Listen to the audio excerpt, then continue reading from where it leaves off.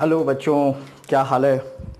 आइए, अभी इससे पहले वीडियो में हम लोग इलेक्ट्रिक कैपेसिटर एंड कैपेसिटेंस देखे थे।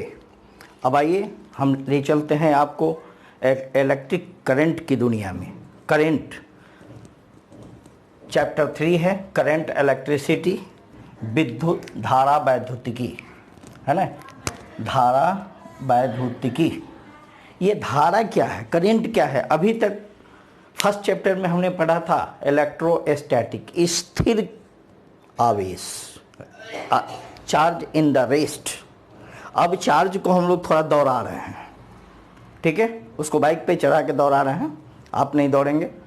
देखिए, आवेश चार्ज जब भी चलेगा, फ्लो करेगा, उसका प्रवाह बहाव होगा तो वह कंडक्टर में होगा।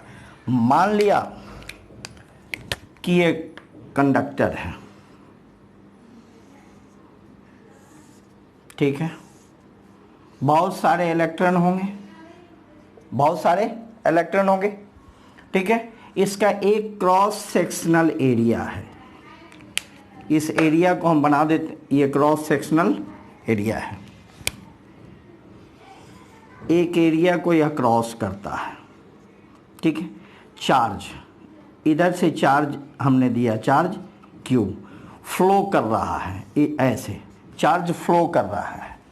चार्ज फ्लो करता, बहुत सारा क्रॉस सेक्शनल एरिया है, ये सारा सेक्शन है, ठीक है। ये चार्ज क्यू जब फ्लो करता है, फ्लो, ये क्यू चार्ज फ्लो करेगा, इसमें बढ़ेगा दिशा में, इस दिशा में जब बढ़ेगा, इसका डायरेक्शन किस दिशा में होगा, इस दिशा में बढ़ेगा। जब चलना शुरू करेगा तब हम उसको कहते हैं करंट। अगर वह स्थिर है, रेस्ट में है, चार्ज इन द रेस्ट, तब हम उसको चार्ज कहते हैं। लेकिन जब चार्ज फ्लो करता है तब उसको हम क्या कहते हैं, इलेक्ट्रिक करंट। तो करंट होता क्या है, तो एक सेकंड में जितना वह पार करता है वह करंट है। रेट ऑफ फ्लो, देखिए, rate of flow of charge, rate of flow of charge, rate of flow of charge, यानी कि आवेश के प्रवाह की दर, वह किस दर से प्रवाह कर रहा है, we call it electric current. इसको दूसरे रूप से, इस क्रॉस सेक्शनल एरिया को rate of flow of charge passing through cross sectional area, passing through, या एक क्रॉस सेक्शन एरिया को पार करता है करंट हुआ, फिर इसके बाद पार करता है, फिर इसके बाद इसको, फिर हर सेक्शन को जब पार करता है तो उसके प्रवाह की दर को हम क्या कहते हैं, करंट। तीसरे रूप में इसको कहते हैं कि द अमाउंट ऑफ चार्ज, एक ही चीज है तीनों, अमाउंट ऑफ चार्ज, जितना आवेश फ्लोइंग इन यूनिट टाइम, यानी एकांक समय में जितना पार करता है उसको हम क्या कहते हैं, करंट। इट्स डिनोटेड बाय, इसको किस चीज से डिनोट करते हैं हम करंट को, इसको क्या कहते हैं, इस तीनों रूप में जब यह आएगा, rate of flow of charge, rate of flow of charge passing through cross sectional area, the amount of charge passing through unit time is called electric current, ठीक है। यहां तक तो बात समझ में आ गई। इट्स डिनोटेड बाय आई, इसको किससे इंडिकेट करते हैं हम, आई से, करंट को आई से इंडिकेट करते हैं। तो हमने क्या कहा, rate of flow of charge, rate दर, इकाई समय में, है ना।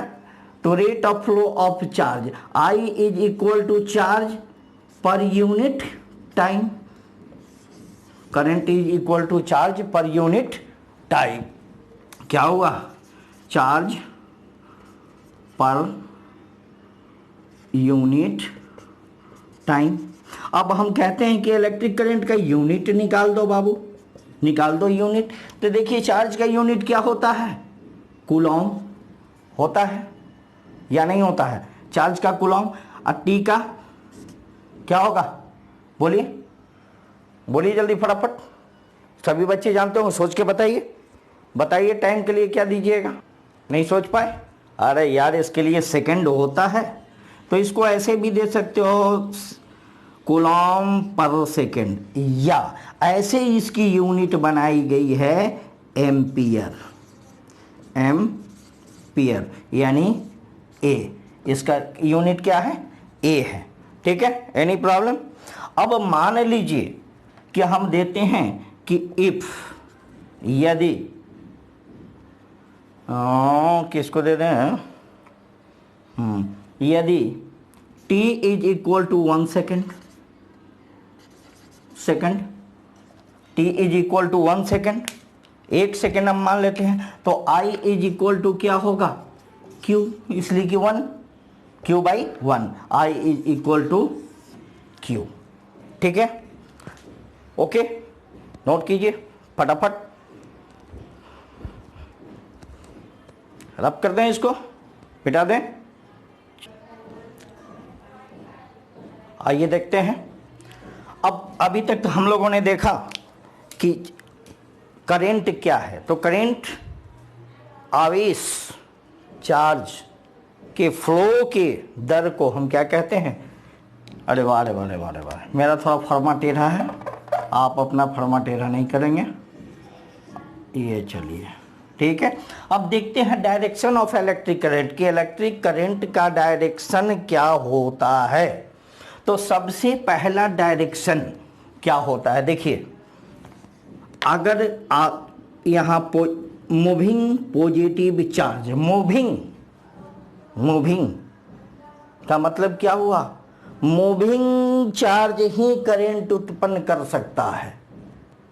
करंट जब भी क्रिएट होता है, प्रोड्यूस्ड होता है, तो वह मूविंग चार्ज ही होता है। अगर पॉजिटिव चार्ज है यहाँ Q, ये पॉजिटिव चार्ज Q है, तो इसका डायरेक्शन किधर होगा? इसका डायरेक्शन किधर होगा? इधर। ठीक है, जिधर अगर ये चार्ज इधर चल रहा है तो करंट का डायरेक्शन भी उधर ही होगा। In the direction of positive charge, है ना? धन आवेशित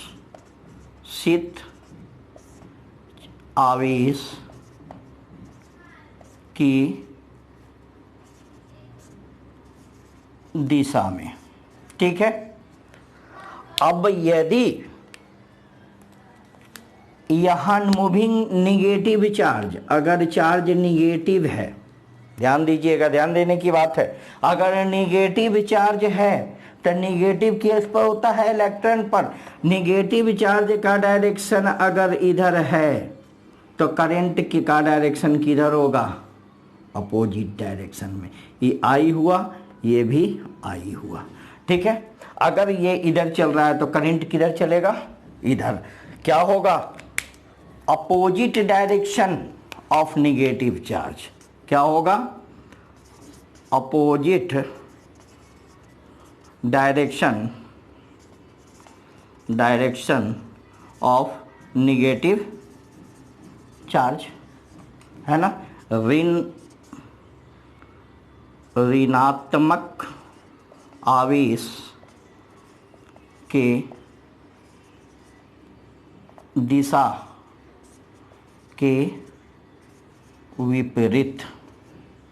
विपरीत। ठीक है, अगर पॉजिटिव चार्ज इधर है तो करंट का डायरेक्शन उधर ही होगा, अगर नेगेटिव चार्ज उधर है तो करंट का डायरेक्शन, तब तो आप देखते हैं करंट पॉजिटिव से नेगेटिव की ओर चलता है और यहाँ इलेक्ट्रॉन इसके विपरीत दिशा में चलता है। ठीक है, अब हम कहते हैं बच्चों कि यहाँ चार्ज क्या है? ना नेगेटिव है ना पॉजिटिव है, रेस्ट में है। तो रेस्ट चार्ज कभी करंट उत्पन्न नहीं करता है। I इज इक्वल टू क्या होगा? 0। अगर चार्ज रेस्ट में है तो क्या होगा? करंट नहीं बनेगा। तो करंट फ्लो किसमें करता है? ओनली, यानी निष्कर्ष क्या निकला? Current flow only motional charge. Current flow कौन कर सकता है? केवल मोशनल चार्ज, यानी मूविंग चार्ज, जो चलता है, मूव करता है, वही चार्ज करंट उत्पन्न कर सकता है। अगर आपसे हम कहें कि 5 माइक्रोकूलम का कोई चार्ज, मान लीजिए 5 माइक्रोकूलम का कोई चार्ज है ना, किसी कंडक्टर पर 4 सेकंड के लिए अप्लाई किया गया इन द रेस्ट पोजीशन में, तो इसमें करंट कितना होगा? बच्चे सीधा कह देंगे कि सर ने बताया था कि I is equal to Q upon T, यानी 5/4 डिवाइड कर देंगे, जो होगा आंसर आप लिख देंगे एम्पियर। लेकिन यह बिल्कुल ही गलत हो जाएगा। हमने क्या कहा? अप्लाई इन द रेस्ट के लिए, स्थिर आवेश के लिए। तो स्थिर आवेश कभी करंट उत्पन्न नहीं करता है। अगर आवेश चार्ज मूव करता रहेगा तभी करंट उत्पन्न होगा, नहीं तो करंट उत्पन्न नहीं होगा। राइट नाउ नोट कीजिए इसको, आगे बढ़ें। अब आइए देखते हैं टाइप ऑफ करंट। ठीक है, आइए देखते हैं इसका टाइप। ठीक है, फर्स्ट, ठीक है, एसटीडी करंट, यानी इसको डीसी करंट भी कहते हैं। इसमें भी 2 प्रकार का है। इसमें क्या होता है? डू नॉट चेंज मैग्नीट्यूड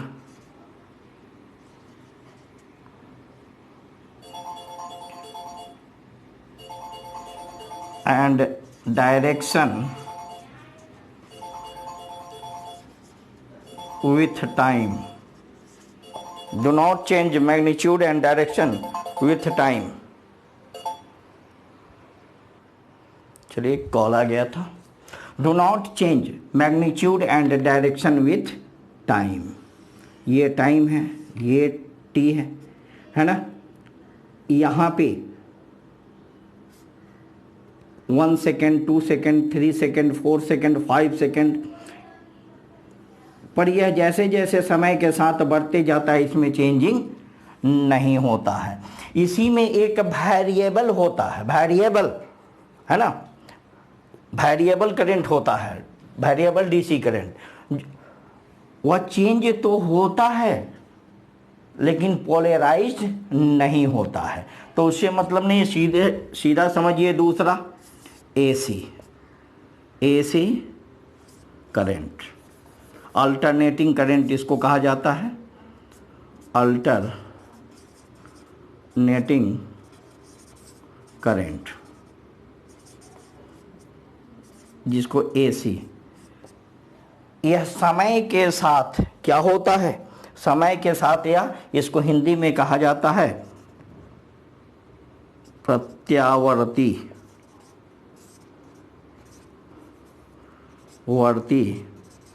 धारा। ठीक है, आइए दिष्ट धारा, यह क्या होता है? आवर्ती रूप से चेंज होता है। यह आवर्ती रूप से इसका चेंज होता है। चेंज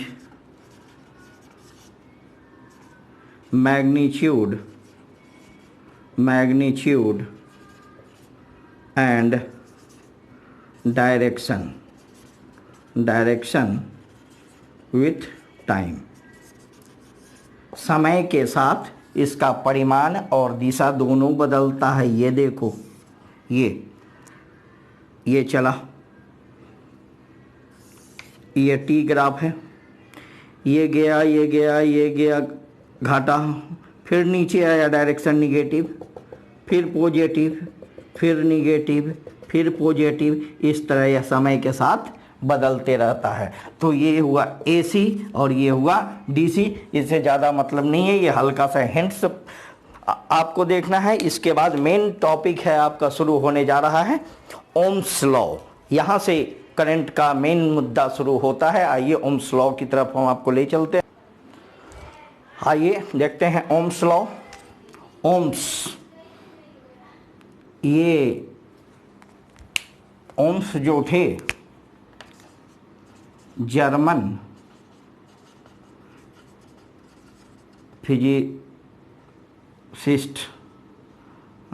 फिजिसिस्ट थे, जिनका पूरा नाम क्या था? George Simon Ohms. इन्होंने 1828 में इलेक्ट्रिक करंट के विषय में जो अपना लॉ दिया, according to this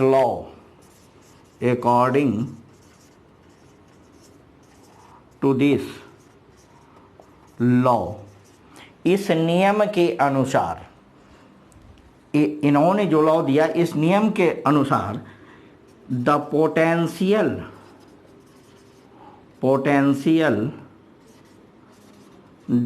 difference at the end of the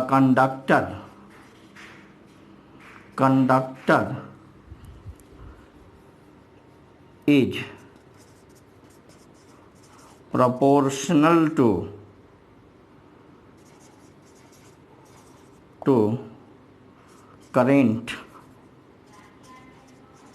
current flow in it। ठीक है, इनके अनुसार किसी चालक के सिरों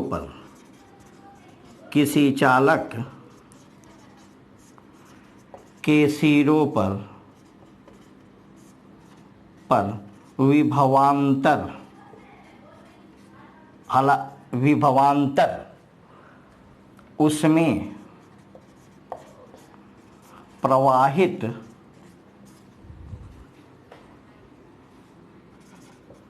धारा के समानुपाती होता है।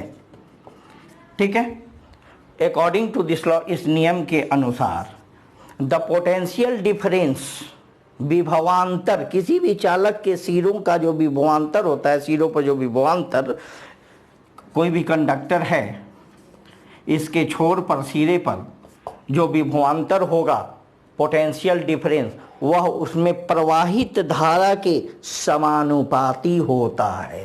कहने का मतलब इनका क्या है कि V is directly proportional to I, current की, इनके अनुसार।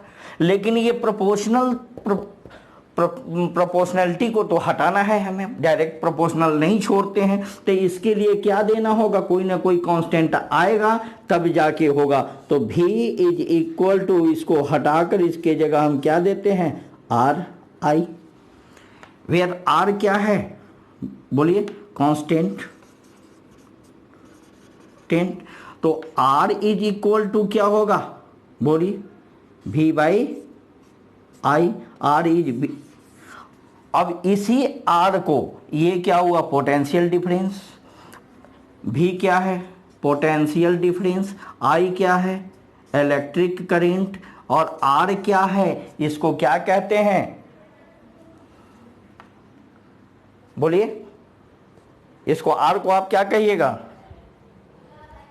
इसको कहा जाता है, यह कांस्टेंट है, लेकिन इस कांस्टेंट का नाम दिया गया resistance of conductor, resistance of conductor, है ना? इसको कहा गया रजिस्टेंस ऑफ कंडक्टर। अब आगे चल के देखते हैं कि रजिस्टेंस है क्या चीज। अब ओम्स के अनुसार मेटल दो प्रकार का हो सकता है, सब्सटेंस। एक होता है ओम्स सब्सटेंस, ठीक है, जिसको कहा जाता है ओमीय पदार्थ, ओमीय पदार्थ, ठीक है। ओम्स सब्सटेंस जो फॉलो करता है, ओम्स सब्सटेंस किसको कहेंगे हम? Follow Ohm's rule. कौन Ohm's rule? V is directly proportional to I, ठीक है। एक चीज छूट गया यहाँ पे, यह प्रोपोर्शनल कब होगा, इसका भी एक शर्त है। यह प्रोपोर्शनल कब होता है? If physical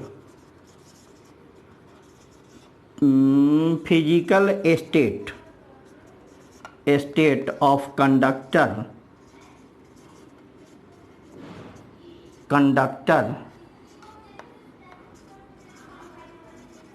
remain the same।